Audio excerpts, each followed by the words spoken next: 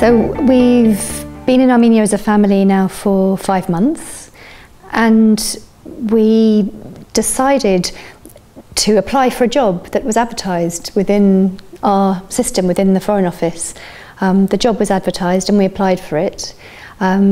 We'd actually seen the job a year before and been interested in applying, but the former ambassador, Charles Lonsdale, decided to stay on an extra year. So a year later we saw the job again, and we applied and were interviewed and got the job.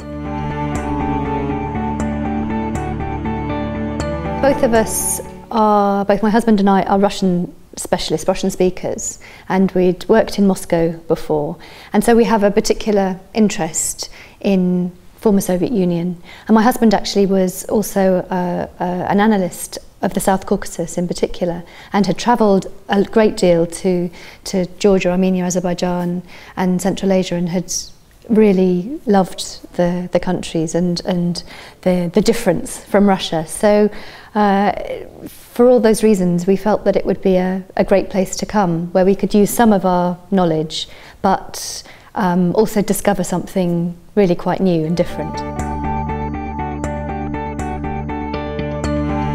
I think there's a really strong family culture in Armenia, and society here is very homogenous, let's say. There's a very, very strong social identity, and I think that makes it very safe.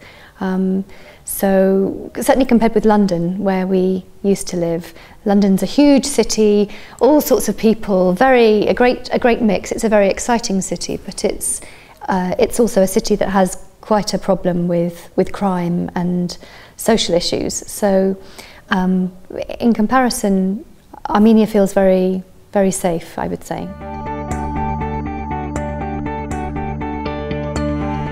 Well, I know that there's a big problem with the facilities in a lot of schools, and in fact in March I visited a school in Cymru, the Lord Byron School, which was rebuilt by actually British donations. British business donated £8 million after the earthquake in 1988 to rebuild this school. But unfortunately the heating system in the school broke down in the 1990s, and the school hasn't had heating for 16 years. I was there on a cold day in March, and I saw the children in the school, and I realised the very difficult circumstances in which they were trying to study. Despite that, they were very bright, interested children, spoke fantastic English. So it was clear that the standard of education was very high, but unfortunately the facilities at that time were not what they should be. Well, I know the international school here provides education up to 18. So in theory, a child who wants an English language education could stay here throughout their school years and then go to university.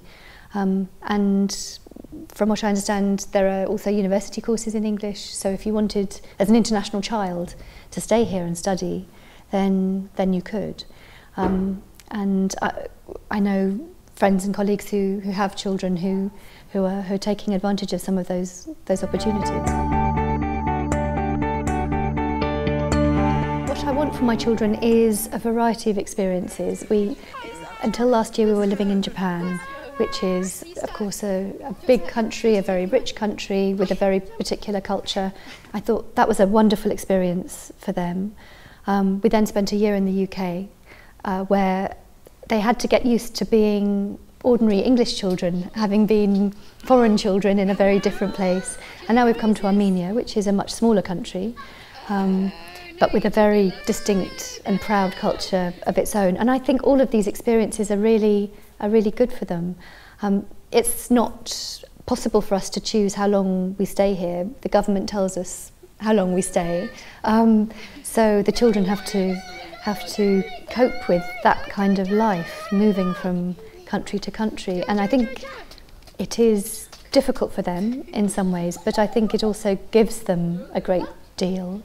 And my children are currently 8, 5 and 3, So they're at a very impressionable age where they will remember the things that they see here and the people that they meet here. So I believe that it will be a really positive experience for them.